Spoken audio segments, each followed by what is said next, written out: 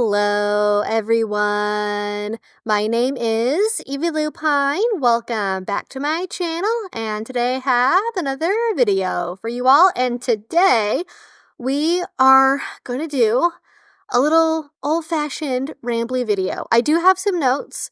You will probably see me look at them because I do have a couple of direct quotes I want to share. But we're going to be talking about age gap and groomer discourse. There's a very good reason for why I use air quotes with groomer there. Grooming is a real thing that happens. Sometimes when we discourse about it, we're not really talking about grooming though, but we'll get into that. And obviously, of course, where this intersects with the BDSM community, because though this is largely happening in vanilla social media spaces, I am also seeing it crop up more and more on kinky social media and in just general kink interactions out in the community. So we're going to be getting into all of that. Now, I have talked about age gap relationships before in the channel. If you've been around for a while, you likely know that I have extensive experience with age gap relationships starting in my early 20s all the way until now. I am still in age gap relationships, or maybe what the internet would call age gap relationships, even though I'm 30, and that will be relevant also later on in this video. And I have seen age gap discourse for a long time, but I feel like it's changing now and we're kind of losing the plot, and I want us to refocus and maybe just remind everyone of what we're really talking about. And also, beyond that, I want to analyze why I think it's happening right now, where this fixation is coming from, and maybe a little bit about what we can do about that, possibly, maybe, potentially. Not sure on that yet. We'll talk about that when we get there. So that's sort of the framework around this. And, age gap discourse has been around for the entire time that I've been on social media, probably well before I was even aware of it happening. I remember coming on YouTube 10 years ago and seeing videos talking about age gaps, but it was much more in the frame of like, hey, did you know that if you're 16 and a 25-year-old adult man wants to date you, that might actually not be a good thing and you shouldn't pursue that? If a man or a person even is in a master's degree program, in a PhD program, and is inviting you as a high schooler to college parties with drinking at them, maybe that's not a good thing. Maybe something creepy is going on there, because for a very long time socially, it maybe wasn't the most common thing, but it didn't make you a pariah if you were an adult man, especially though, again, largely his conversations were about women that were younger being pursued by men, but this largely goes for any gender, but that's the way that it would typically go, right? Is you have a man in their mid-20s to mid-30s pursuing high schoolers. And that wasn't necessarily the weirdest thing ever because, oh, well, maybe she looked older, or she had a fake ID, or she came to those parties on her own, and she's kind of a wild child and a party girl, and she came on to him, and so actually it's not his fault, and, basically saying it's the 15-year-old's fault for going to the college party and then ending up somehow whoopsie-doodle all of a sudden out of nowhere in a relationship with a man who's 29 years old. Like that just, she wanted it. It's her thing. So the discourse that we had about that was, I think, appropriate and necessary because we just really hadn't necessarily been addressing that the way that we needed to address it, because it was something that was kind of just there and it was justified a million different ways. But now I've seen it shift a lot, and I feel like we've gone from sort of reasonable conversations about adult men shouldn't date teenagers, adult people shouldn't date teenagers, or have sex with them, or do anything with them romantically, sexually, or otherwise. Okay, that good thing we talked about that not being appropriate. But now we're getting into all different ages being problematic in terms of age gaps. And it's long been a joke online that, somebody will come along and say, oh my gosh, you're 2 months older than your boyfriend? Well, that's grooming. That's an age gap relationship. That's problematic. And Yeah, there were jokes, but now I feel like people are actually taking it there, and this could maybe just be my social media algorithm that's like, hey, this makes you upset. Look at more of it. But I saw a news headline that said, quote, 22-year-old Massachusetts man beat by college students after going to meet 18-year-old woman he met on dating app in To Catch a Predator-esque setup. She was 18. He was 22. And then a bunch of people decided they were going to do a To Catch a Predator style thing. Now, I am not going to be talking about the details of that story because it's not really important and the internet didn't really read past the headline anyway, so their reaction was not actually based on what was happening in the story. Now, from what I understand, she actually was under 18, but then on the dating app she said that she was 18, so it wasn't like he was pursuing somebody that was younger than 18 while knowing they were younger. He thought they were of age to, be on a dating app. And, I don't know, I read that and I go, okay, 18 and 22, those are two people that could be going to college at the same time, both pursuing a bachelor's degree, and they could be in the same classes, and they're in a similar stage of life of getting into adulthood and getting started and maybe going into a degree program. I can't even think of how many people I knew when I was in college that would have been 18, 19, dating 21, 22-year-olds. People just didn't think about it, and now we have people doing vigilante sting operations through dating apps about it. That, ugh. And a lot of people, especially on Twitter, were pointing out, hey, why is this such a big deal? This is a very reasonable age range to date in. Why do we care? But there was a sizable minority, concerningly, that were like, yeah, actually, this is problematic. Why would you ever want to pursue an 18-year-old as a 22-year-old? You obviously would have nothing in common. The only reason you would do that is to exploit someone who's barely an adult. And it kind of has a little bit of a flavor of I'm just a 21-year-old teenager, I'm just a 21-year-old, preteen, whatever, where people will maybe not mentally let go of their teenage years, even a couple of years into what we would consider to be adulthood, which I think is an interesting thing in and of itself. But I think that's an influence here too, is people, delayed adulthood is a big thing that I sociologically remember learning about in freaking high school, so I've almost 15 years ago now, this was a known thing that especially men were experiencing delayed adulthood and extended adolescence. And I think that problem is especially because of the increased usage of social media and especially the COVID pandemic and everything going on, that caused a lot of developmental delays socially for people where now they are actually maybe 19, 20, 21, but they still feel like they're in high school, kind of. And maybe people expect there to be some kind of magic thing that happens when you turn 18 where it's no, I feel like an adult, which doesn't happen. But eventually you get to a point where you're I'm not the same person I was when I was a ninth grader. You end up feeling different at some point in time. But I think that's a factor here as well. But I was concerned about how many people were yeah, this is problematic. And it's they weren't even dating yet. They just were gonna meet up one time. That's it. They were figuring out if they even liked each other or not. And the context around this is people sort of joking about, the one thing Gen Z is going to do is increase the age of consent to 25. And then I saw somebody else say, make it 40, which I'm that might actually, wouldn't the puritanical people out there just love it if we just made it so there's no age of consent? The only age of consent is the age that you get married at. You have to be married to be able to consent, and that's it. You're incapable of consent otherwise. You can't be trusted. You're too immature until you get married. Why are we making their jobs easier? And then, just because that discourse by itself wasn't enough, there was sort of a sub-discourse that happened underneath that, where as part of talking about that article, somebody shared that they're 30 and they were dating somebody who was in, I think, their late 30s. I think they were 30, 38 years old. And their 18-year-old cousin told them as a 30-year-old, hey, you're being groomed by your boyfriend because they're 38 and you're 30. That's an inappropriate age gap relationship. That is grooming, and that's wrong.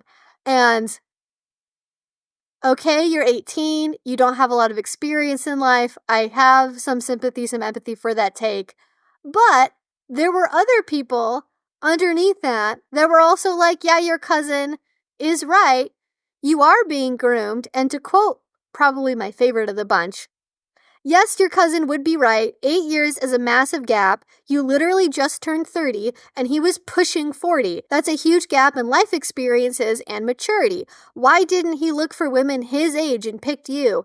There's a clear answer. ... And I'll put it on screen as a meme I like to think of when I read stuff like this.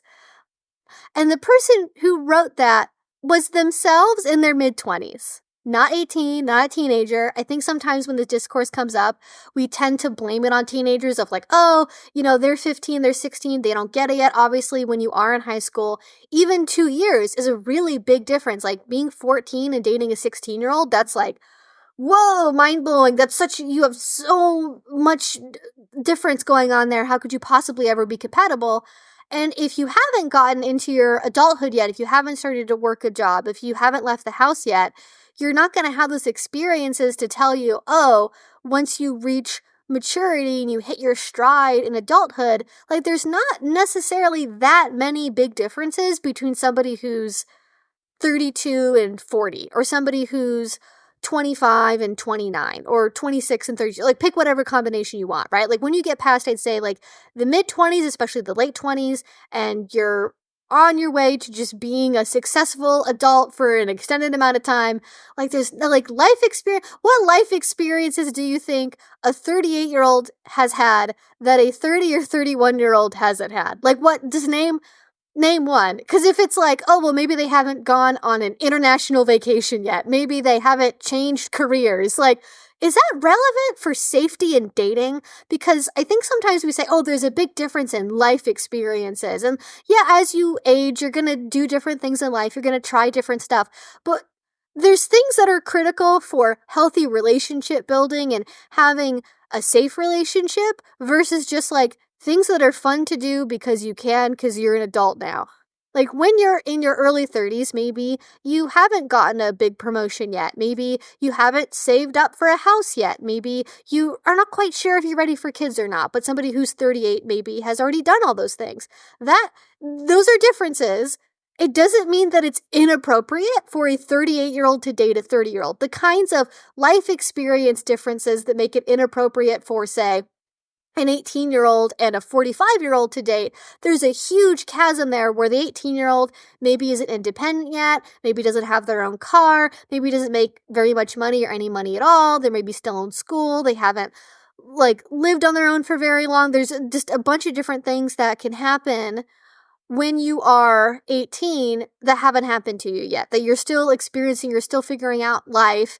And when you're 45, you've done all of that. You kind of know who you are. You have a lot of experience in relationships. You know how to set boundaries. And beyond that kind of basic life skill stuff, a lot of 18-year-olds, they don't necessarily have a lot of relationship experience, right? They don't know how to set boundaries. They don't know what they want. They don't know what they're looking for in a long-term relationship. If they want a long-term relationship, how they feel about sex or romance or monogamy versus polyamory, or if they want to get married or have kids. Like they don't know like probably any of that yet, like totally for sure. Some people do. Some people know out of the gate what they want, but most people end up changing their minds or having different thoughts about things in some degree between, say, like 16 and 24. Like we're just learning so much about what it's like to be who we are at those ages that we're probably not totally set in stone, which means that if we're, say, 18 and dating a 45-year-old again, like they can come in potentially and tell you this is what you should want. This is what other people do. This is the right way to do things. And because you don't have those basic experiences, you are more likely to go, They probably know what they're talking about. I like them. I'm going to follow their lead. And that's when it gets to be a problem, because you don't have that life experience yet. At bare minimum, though there are other factors involved that make it inappropriate beyond that, at bare minimum, if you don't know what you want to say yes or no to, it's going to be real hard to have a relationship with somebody who's had 20 years of experience to figure out this is what they want and have practice advocating for that. So 30 versus 38, I don't really think is like that big of a deal, but to call that being groomed is absolutely mind-blowing. And what really hurt me and what really made me go, God, we need to talk about this, is even in that back and forth conversation, somebody else added that while they were in mourning for their partner's death, people told them that they actually had been groomed because they were 39 years old and their partner who passed away was 50. And that apparently counts as grooming. Imagine just the gall, just the hubris necessary to go to a person who's maybe talking about losing the love of their life or losing a very important relationship to them, and then coming along and being like, actually, that's good, and you're free now because you're a victim and you were being groomed. Let me tell you all this, okay? Big point that we need to understand that does not just apply to age gaps and grooming discourse, but anything involving potential victimization.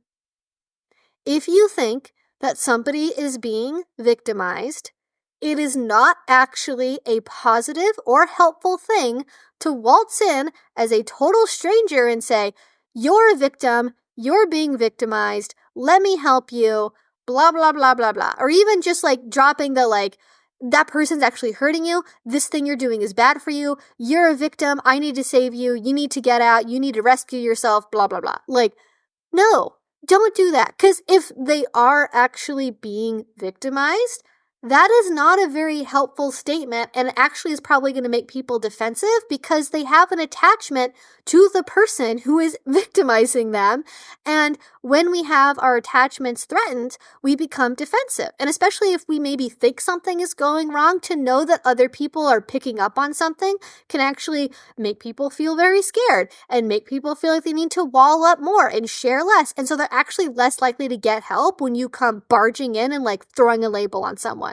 And also beyond that, it is infantilizing, and it's also re-victimizing to a certain extent to foist labels on people they're not taking for themselves and saying, I know what's happening to you, this is what you are, this is what you've experienced, I know best, I'm a stranger online, but trust me, I know what's going on here. Like, that's not respectful to that person's autonomy, and that at the base level is super important for recovery for victims. And if you are not respecting their autonomy, whether they are a victim or not, you are hurting them by invalidating their autonomy, by insisting they are something that maybe they're not, or maybe that they're not ready to accept. Because that's another factor too. Even if somebody is actually being victimized and that is something that they eventually understand about their situation, forcing them to accept that and to take that label before they are ready for it, regardless of whether or not they want it, is again not helpful to the process. So just don't do it. The only thing you are doing when you say that, whether it's about age gaps, abusive relationships, whatever, the only thing you are doing is self-aggrandizing. You are helping your own ego, and if you think you're not, check in with yourself and ask yourself what your motivation is. Because if your answer is immediately, I'm helping someone, ask yourself again, how is this helping? What evidence do I have that this is actually helping anyone? Because it's probably not. Anyways, that's didn't even have notes about that. That's just like a side ramble. But we have, for some reason, completely lost the true meaning of grooming. And I was kind of shocked by this one because I just realized, I'm like, oh, we also don't know what grooming is anymore either. Because as is the thing that happens on social media, a lot of words have lost their meaning, right? Love bombing and trauma dumping and gaslighting and triggers and all that stuff has completely lost their original therapeutic meaning. Like, some people are now like confused to the point they think that love bombing is when somebody brings you flowers on a first date. That could maybe, in a certain very specific case, be one tiny thing in the mountain that is love bombing, but as an act in isolation, bringing somebody flowers is not love bombing. But we're not going to talk about what love bombing is. But for some reason, people seem to think grooming is when a relationship feels icky or inappropriate from the outside. But let's talk about what the definition of grooming actually is. Grooming is manipulative behaviors that the abuser uses to gain access to a potential victim, coerce them to agree to the abuse, and reduce the risk of being caught. Simply being in an age gap relationship is not grooming. And grooming can happen to adults, but it is more commonly associated with child predation.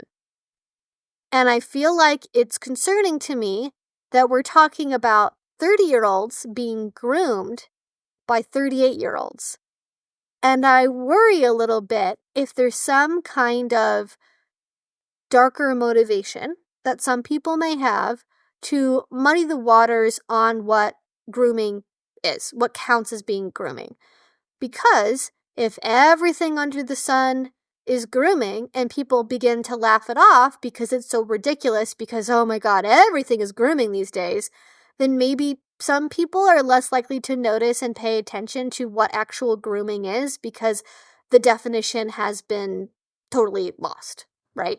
And that's really worrying to me because we have to be so cautious with language like this because it is important to maintain meaning. And yes, definitions change over time, and there's all sorts of terminology that has a different vernacular use versus a more professional use that just happens. But when it comes to language that we use to describe things that are deeply damaging and harmful to people, it's worrying to me when we are so grossly misusing it that people who are coming across this term just through social media probably don't know that what I just said is the actual definition of grooming. They think that grooming is when somebody wants to have sex with you and then that's icky. Like, it's icky that somebody who's older than you by a little bit wants to have sex with you. That has to be bad. And there's a lot of fear around sex in general. I think this is probably one manifestation of it. Like, anything that's not, like, the exact right proper way is seen as gross, and there's a disgust reaction embedded in that in order to justify that disgust reaction, we sort of look for terms and words to go, this is why that disgust reaction I just had is valid. That is why it's okay. I'm feeling that way because look, actually this is what's going on, and actually I'm a big smarty smart pants, and I saw something that other people didn't necessarily see, and I'm smart enough to know that that thing is wrong. So I'm good, I'm doing the right thing, I'm not gross, you're gross. Like, that's the vibe. That's the energy I'm getting from this. And this also is something that I've seen happen more and more in the BDSM community. And both in the gay community and also in the BDSM community, age gap relationships are more common, at least anecdotally from what I can tell, than in the vanilla and the straight world. Like, it's more common for it to happen. It's more of a done thing. And so you get people that are coming into the BDSM community who are 18, 19, 20, and they see people who are maybe like 25 in a relationship with a 45-year-old, and they have that disgust reaction of like, ooh, that feels like it's wrong. That seems like that's gross to me and I don't like it. And what in the world could a 25-year-old possibly have in common with a 45-year-old? The 45-year-old must be gross and intentionally pursuing young people just implicitly. And why would they ever be together except for the purpose of exploiting the younger partner? And that is simply not the case, because obviously in BDSM, people come in and have different levels of experience, and they have different life experiences in the vanilla world in general, and there could be many setups that make it so a 25-year-old and a 45-year-old are compatible for a play relationship, for dating, for a DS relationship. It totally depends. You can be 25 and have 5 or 6 years of experience in BDSM. You can be 45 and have no experience, and maybe this is like your first BDSM relationship. And that actually is more of a power imbalance where you have a person who is more experienced with BDSM, even though they are biologically younger, because they have that much more experience in the community, more social connections. They just know more stuff than somebody who's coming from the vanilla world and has no background in this whatsoever. Like, they're just going to know more than that person does. And you can be somebody who's 25 and 45, and you each have 5 years of experience, and you both enjoy the same kinks, you're in the same community spaces, you might even maybe be in a similar field of work or have similar hobbies or similar interests. Like, it's not, like, I don't know what people think that 45-year-olds do, but like 45-year-olds can also like movies and video games. Like, we can have relationships where the age is a difference, but it doesn't mean that you have nothing in common whatsoever. And also it depends on the extent of the relationship as well, because it's totally possible for maybe there to be something that would make a relationship inappropriate between a 25 and a 45-year-old within BDSM. Like, maybe the 25-year-old isn't that experienced, or they maybe haven't had a very stable life up to that point, where maybe they're not dating, they're not romantically involved, but they have maybe a casual play relationship where they're doing scenes that aren't really that intense, and they're in public and other people are watching them happen, and they have a good support system within the BDSM community. And that's all it is, because the parties involved acknowledge, hey, we can't really take this further because I don't think it would be appropriate based on where we're both at in life to pursue something like that. Like, you can actually lower the amount of investment in a relationship to make it more equitable for the people involved. I know, wild, right, that we can just do that. But even beyond that, I think maybe part of it is when you're coming into the BDSM world and you're younger, and even just in the vanilla world too, but I'm talking about BDSM right now, so let's stick with that. You know, when you come into BDSM and you're like 20 years old, you probably don't really have any life experience yet of seeing older people as peers. Because to you, older people are coaches and they're teachers and they're TAs and they're people who have typically some kind of a position of authority over you, and they have demonstrably more experience than you do in things that you know and care about. Like, again, because they're in those more authoritative roles. They're teaching you what to do. So that feels like it must be inappropriate because, well, in every other context where I've ever seen an older person, it would have been wrong for them to pursue me or for me to pursue them, right? But when you get into the freedom of adulthood and you start experiencing life, and that person doesn't have a position of authority over you beyond what is consensual and negotiated, it can actually be okay. And you can start to see people as peers that you maybe wouldn't have before. Like, I remember being in the BDSM scene when I first got in, and I went to a munch, and there were a bunch of other older people who were there that were probably in their like late 40s, like early 50s, mid 50s even, and like socializing with them and like having conversations. And like, this was the first time that I had talked with somebody that were in those age ranges that, you know, it wasn't a teacher, it wasn't a family friend, it was somebody that was in my hobby group that had similar interests to me, that were palling around with me as friends, that importantly didn't see me as like a piece of meat. They just wanted to be friendly and like include me, but it never went beyond that. Like, I never had anyone at any of those munches like pursue me or flirt with me or do anything inappropriate. It was just like, hey, we have this shared thing we're all talking about that we get along over. The age, to a certain extent, kind of becomes irrelevant until you're like making jokes about, you know, how back in my day we had to do ads in magazines, or kids these days, they just think, you know, FetLife came out of nowhere. Well, like, you know, those kind of funny generational differences that can come up that, when talked about in the correct context, can be funny, because it's like, just, it's funny sometimes to think about just how different somebody else's childhood was, or their experience previously with BDSM was, to what you've been experiencing at the same age that they were when they were experiencing other stuff. So I get that when you're 18, 19, 20 and you're just getting into adulthood, you're still learning how to see older adults as like fellow human beings and not just authority figures.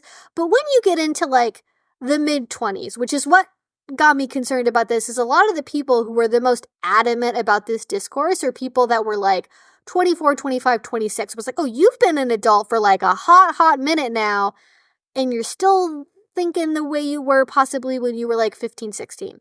And it's concerning to me that this is not just something that maybe is an outgrowth of being a teenager, and that it's not something that you grow out of and you start to learn that, like, oh, it is possible for somebody to maybe have a relationship at 25 and 30, and that to be fine. Now it's like, oh, that's grooming, oh, that's bad, oh, that's wrong. And it's not just like, oh, you're like 15, I don't have to listen to your opinion. Like, no, these are like fully adults that are hanging on to these beliefs.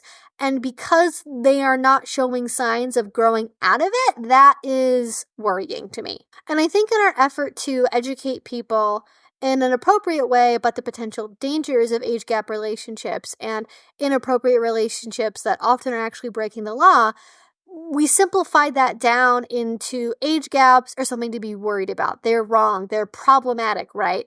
And now that got so boiled down that it just became a very simplified mantra that just keeps getting repeated and reinforced because through the internet, it's really hard to disprove that as like actually being okay, because if that person thinks you're a victim and you're being groomed, nothing you can say will really convince them that you're actually fine because, well, you have Stockholm syndrome. Well, of course you'd say that because you don't realize how bad it is yet because they've manipulated you.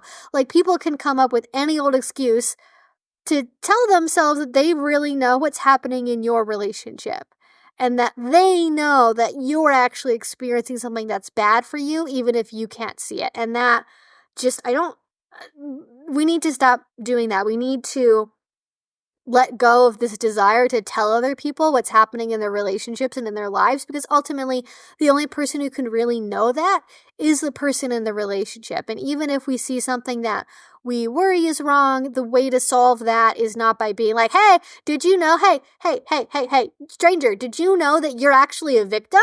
Let me force that on you. Let me make sure you definitely know because I'm clearly right.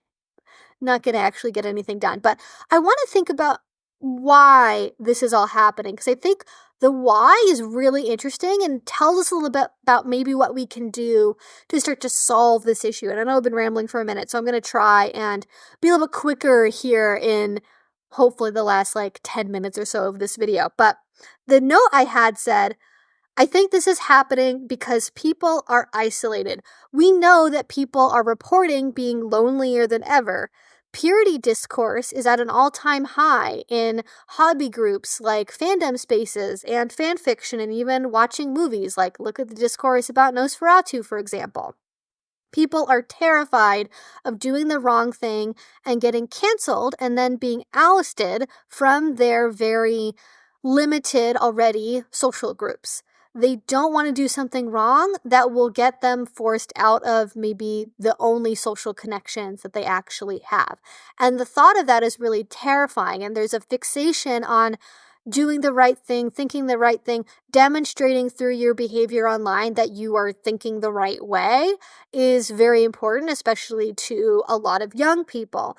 And more importantly, I think the top layer of this is not just the fear of like, I need to make sure that I'm demonstrating that I am aware of the correct things and I have the pure correct thoughts. It's also that people are afraid of what it means that abuse in relationships is so ubiquitous. Like, think of how many cases there have been in the public eye in the last several years about celebrities, just celebrities, experiencing domestic violence, right? There's Evan Rachel Wood and Marilyn Manson. There's Armie Hammer. There's Angelina Jolie. There's Amber Heard. There's what's going on with, this isn't really domestic violence in particular, but like Justin Baldoni, and like there's Neil Gaiman, that's also happening too, right? Like, so many different flavors of abuse are all coming out on social media about celebrities, and it's like, wow, it's like everybody that we seemingly know in Hollywood is in some way connected to horrific acts against other people, or they are somebody who had horrific acts done against them. And that's really scary because we're talking about this more and it is a bigger conversation. We're learning just how many people in our lives have experienced abuse, some kind of relationship violence, some kind of assault violation, coercion, consent violations within the BDSM community as well, definitely a factor there too. And it's terrifying. And I know this because I've thought this. It is terrifying to think about the fact that anyone you know regardless of age, gender, whatever, everyone is capable of perpetuating abuse. There is no one thing that you can identify that if you pick it out and you avoid it will make you safe and guarantee that you can also avoid being a victim. And that's really scary. How it seemingly is around everywhere within marriages, monogamy, polyamory, vanilla, kink, doesn't matter. Across the board, it just seems like there's story after story after story of abuse and violation. And that being everywhere and having no way to protect yourself from it because it is so ubiquitous is terrifying. And this is the same anxiety rabbit hole that people fall down when they, for example, get fixated on the idea of somebody trying to target them and steal their baby from a parking lot because, oh, well, if I park too close to the store and I'm pregnant, then people that are traffickers are going to see that I'm pregnant and they're going to take my license plate down and then they're going to watch my house and then after the baby is born, they're going to break into my house and steal my baby. Or I'm a single white woman and I'm 25 years old and I carry 3 different pieces of protective equipment on me at all times because I'm paranoid that there is a trafficking ring in my city that is abducting women just like me from Target parking lots. And so I'm paranoid of even just like a chip bag being on my window shield because that's clearly a sign that somebody's going to try and abduct me. You know, like people fall down those rabbit holes of just immense fear of like this terrible thing could happen to me and I need to figure out any little tiny sign like a chip bag on the window of my car that means that I could be abducted. And if I can identify that and share that, that means that I can avoid being a victim and other people can too. And because there's not one way to guarantee that you are not going to be abused, I think people have a tendency to oversimplify the factors that are involved in cases of abuse. One factor that comes up, for example, is an age gap. That's a very prominent part of the relationship that happened between Evan Rachel Wood and Marilyn Manson. That is one factor that led to Evan Rachel Wood being allegedly abused by Marilyn Manson, right? That was a factor in their relationship. But that wasn't the only factor. And I think people have sort of pulled out age as like, age, that's a problem. That's a thing I can look at to where now I can use that as a heuristic. So that way, if I'm evaluating whether or not a relationship is safe, if I just see that there's an age gap, I know it's a problem. And I can just avoid that and label it as being bad, and then I'm going to be okay.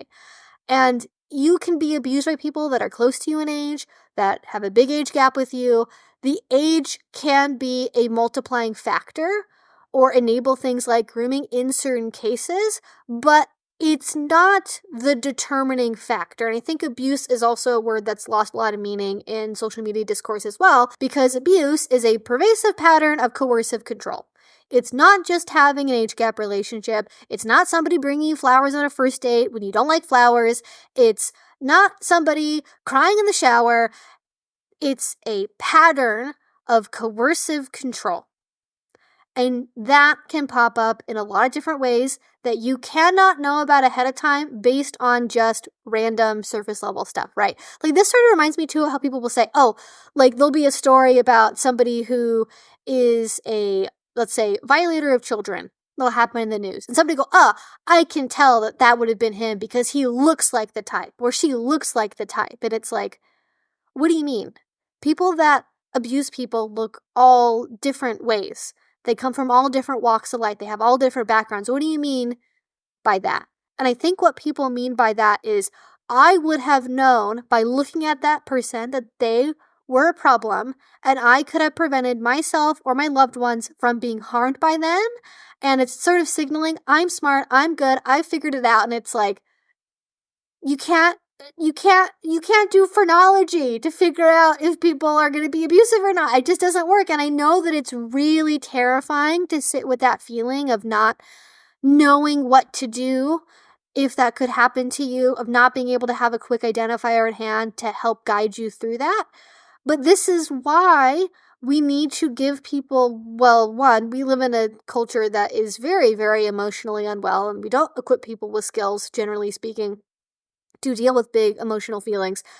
And this is why it's important to have a way to look at this where we evaluate that, oh, it's not just an individual personal problem. It's not just individuals that are randomly waltzing their way into age gap relationships and not thinking twice about it, and whoopsie doopsie, abuse happens. Like, that's not how it works. It's not an individual oopsie doopsie, you made a mistake thing.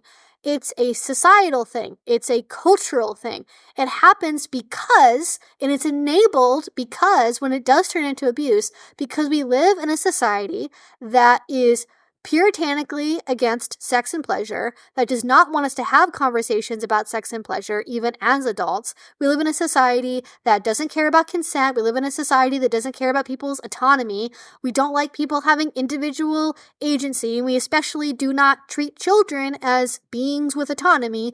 We treat them oftentimes in a lot of families as like little puppets that do what the adults want and have to be obedient, do everything. And like, you know, have you ever seen somebody on Facebook or wherever that's like, you know, I'm trying to go visit my granddaughter the other day, and she didn't want to give me a kiss on the cheek, that little brat. And it's like, she doesn't actually have to give you a kiss on the cheek, and good on her for setting that boundary. But we don't like when people have boundaries. We don't like talking about sex before it happens. We don't like having conversations about what we want from our relationships. We don't have conversations about like, hey, here are the factors of what's going on in my life. Here's my background. Here's my mental health. Here's my trauma. Like, we don't like talking about any of that stuff.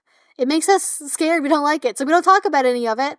And it's not encouraged culturally to do any of that. And so you end up with a culture where things are hidden and abuse is enabled and oftentimes talked about in a positive way or talked about in a victim-blamey way. Well, she actually really wanted it because he had all this money or he was famous or she was using him to get XYZ thing. Like, okay, sure. So I think ultimately the solution to this is going to be some combination of injecting nuance into conversations about age gaps. Again, I have previous videos where I've talked about this, where I think the problem is not age itself. There are factors that age can be a proxy for, but it's really more about, okay, is it above the legal age, first and foremost, and then beyond that, it's about where you're at in life, other factors that could make you vulnerable, and whether or not you are compatible in terms of life goals and when you want to get out of a relationship. And that's really important to focus on because it is possible for a relationship to be exploitative and to be negative for someone, even if maybe the problem isn't the age gap itself. And knowing how to identify those factors more without having just go age gap grooming, I think is helpful for people. And then beyond that, I think we probably just need to do the thing I talk about in most videos with conclusions like these, which is like encourage science-based sex ed, encourage conversations about consent and negotiation, normalize talking about sex, normalize talking to your friends and having support group, and probably like, you know, prioritizing having support groups and friendships over romantic and sexual relationships. Because again, going back to a previous point that I made about people being lonelier than ever, at least that's the self-reported numbers, people being lonelier than ever, the solution to that is not just dumping everything into a romantic relationship. And one of the ways that romantic relationships can go bad is through isolation. That is one of the factors that is part of that constellation of coercive control is isolation. And so if you are not isolated and you have friends, you have a support network, you have a therapist, you have people you could talk to that you trust that will give it to you straight, that won't infantilize you in the process, that won't take away your autonomy in the process, but can be a sounding board, when you can be open with them, that is a protective factor. If you want a protective factor, it's not avoiding age gap relationships. It's having people there to support you that are not your romantic relationship. Because when your romantic relationship or your sexual relationship becomes the sole place that you get your emotional needs met, you get support, it's your one attachment, it becomes very hard to leave because even when things are really messed up, it is scary to lose an attachment when you don't have anything else better to go to, when you don't have a safety net to fall into.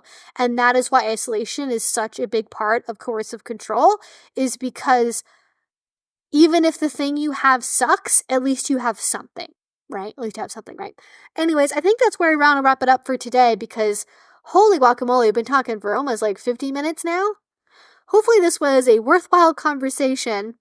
I think especially within the BDSM community, because we have tools to talk about things like consent and negotiation, maybe this needs to be something that we include more in our education in the community, because the last thing that we need is people being judgmental. And like, I think people would joke probably about calling this kink shaming, because it's not a kink thing. It's not like, don't shame people for their relationship choices. People will make relationship choices that are different than yours, and that's okay. And also, people are allowed to be in like suboptimal, unhappy relationships. Also, unhappy relationships does not mean abusive. We also should be clear about that. You can be unhappy in a relationship because you're not compatible, but that also doesn't mean that you're being groomed, abused, etc. Okay, that's a whole other different thing.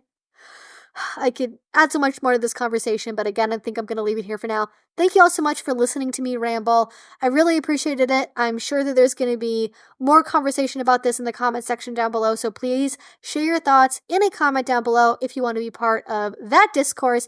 And if you've been seeing this, I'd love to know your thoughts about some of the stories I shared as well, and especially if you are someone who has had an age gap relationship or you are currently in one. How does all this make you feel? Do you understand what people are saying about things being problematic? Or do you think people are overreacting? Again, just let me know your thinking and feeling in the comment down below. And finally, if you like this video, if you want to see more from me, then already, please do subscribe, because I make videos twice a week about all different kink and BDSM related subjects, as well as topics about things like relationships and polyamory as well. And finally, on top of that too, if you really want to support what I do, you can also go over to my Patreon. Thank you all so much. If you do already support me there, it means the absolute world to me. And until I see you all next time, I hope you have a great rest of your day and a great rest of your week. Bye-bye.